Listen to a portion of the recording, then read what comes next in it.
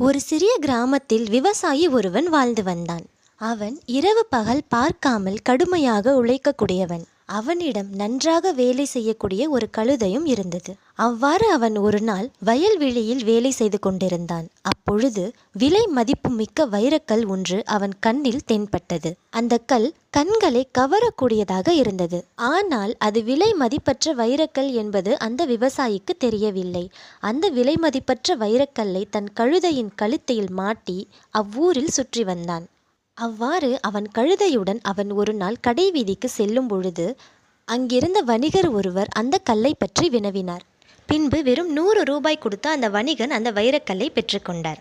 அந்த வணிகன் வைரக்கல்லை ஒரு அலங்கார பொருள் போல மேஜையின் மீது தொங்கவிட்டிருந்தான். அப்பொழுது ஒரு வைர வியாபாரி அந்த கடைக்கு எதர்ச்சியாக வர அந்த வைரக்கல் அவர் கண்ணில் தென்பட்டது.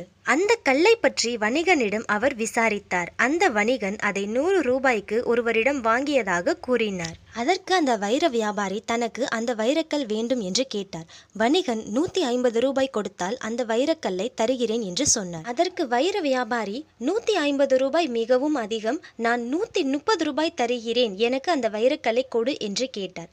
ஆனால் வணிகன் அதை கொடுக்க மறுத்தான். பின்பு அந்த வைர வியாபாரி சரி இருக்கட்டும், எனக்கு அந்த கல் வேண்டாம் என்று கூறி மறுநாள் 140 ரூபாய்க்கு வந்து வாங்கி கொள்ளலாம் என்று எண்ணி அங்கிருந்து கிளம்பினான். ஆனால் அவன் சென்ற சிறிது நேரத்தில் மற்றொரு வைர வியாபாரி அதே கடைக்கு வந்தான். அவன் கண்ணிலும் அதே வைரக்கல் எதர்ச்சியாக பட அது வைரக்கல் என்பதை அவனும் புரிந்து கொண்டான்.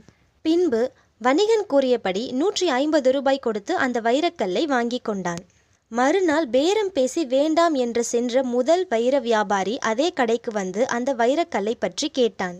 அதற்கு வணிகன், உங்களுக்கு பின்னால் வந்த இன்னொருவர் அந்த கல்லை 150 ரூபாய்க்கு வாங்கி கொண்டு சென்று விட்டார் என்று கூறினான். அதற்கு அந்த வைர வியாபாரி கடுங்கோபத்தில் அவரை கண்ணா பின்னா என்று திட்டினான். அது எவ்வளவு விலை மதிப்பற்ற வைரக்கல் என்று உனக்கு தெரியுமா? அதை வெறும் 150 ரூபாய்க்கு கொடுத்திருக்கிறாயே என்று கேட்டான். வைர வியாபாரி வணிகனை பார்த்து, நீ சரியான முட்டாள் என கூற அதற்கு அந்த வணிக வியாபாரி வைர வியாபாரியை பார்த்து நக்கலாக சிரித்தார். அது வைரக்கல் என்று அறியாமல் ஒரு சாதாரண கல் என்று நினைத்தே நான் 150 ரூபாய்க்கு விற்றேன். ஆனால் வெறும் 20 ரூபாய்க்கு நீ பேரம் பேசி அது வைரக்கல் என்று தெரிந்தும் நீ அதை தவற விட்டாயே, நீதான் என்னை விட சரியான முட்டாள் என்று கூறி சிரித்தார். ஆகவே நமக்கு கிடைக்கும் வாய்ப்பை நாம் எப்பொழுதும் எந்த காரணம் கொண்டும் தவற விடவே கூடாது. மேலும் இது போன்ற வீடியோக்கள் பார்க்க தொடர்ந்து நம்முடைய சேனலை பாருங்கள்.